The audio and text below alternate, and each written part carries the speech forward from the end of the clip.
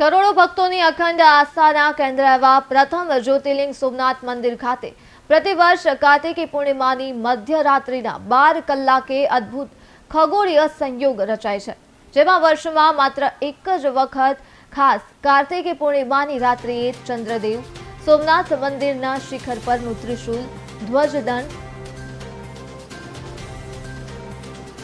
ભક્તોએ પોતાના અને પરિવારના કલ્યાણની સાથે વિશ્વના કલ્યાણની સોમનાથ મહાદેવને પ્રાર્થના કરી હતી।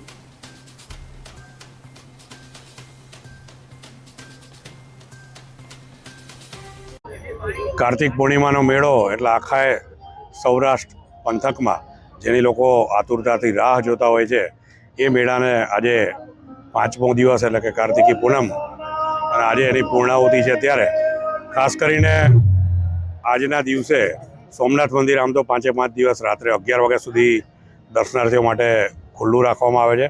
ખાસ કરીને જ્યારે આજે કાર્તિક પૂર્ણિમા છે ત્યારે રાત્રે 12 વાગે ભગવાનની મહાઆરતી થાય અને એ જ સમયે એક અદ્ભુત નજારો એટલે કે રાત્રે 12 વાગે બરાબર ચંદ્રમાં મંદિરના બરાબર શિખર ઉપર એના દર્શન થાય છે।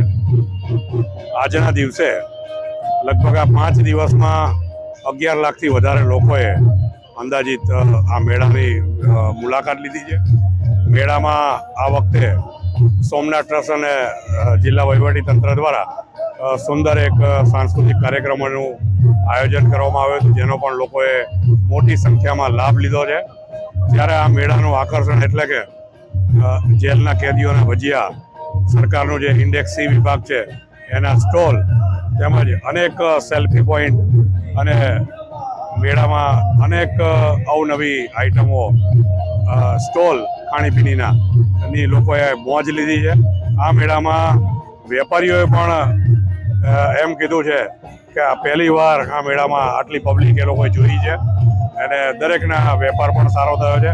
એટલે ટ્રસ્ટનો જે મૂળ શુભ હેતુ હતો આ મેળાની શરૂઆત કરવાનો કે લોકોને રોજગારી મળે।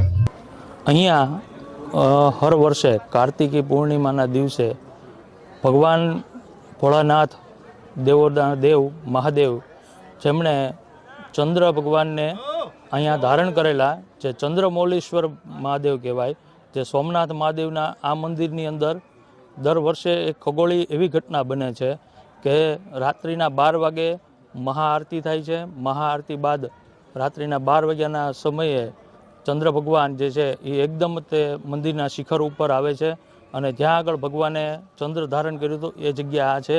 આજના દિવસે ઘણી બધી સંખ્યામાં લોકો અહીંયા આવે છે અને દર્શનનો લાભ લે છે।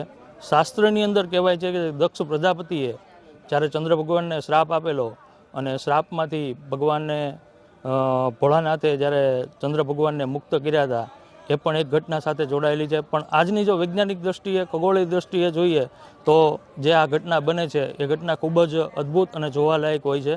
લોકો હજારોની સંખ્યામાં આવી અને અહીંયા દર્શનનો લાભ લેતા હોય છે।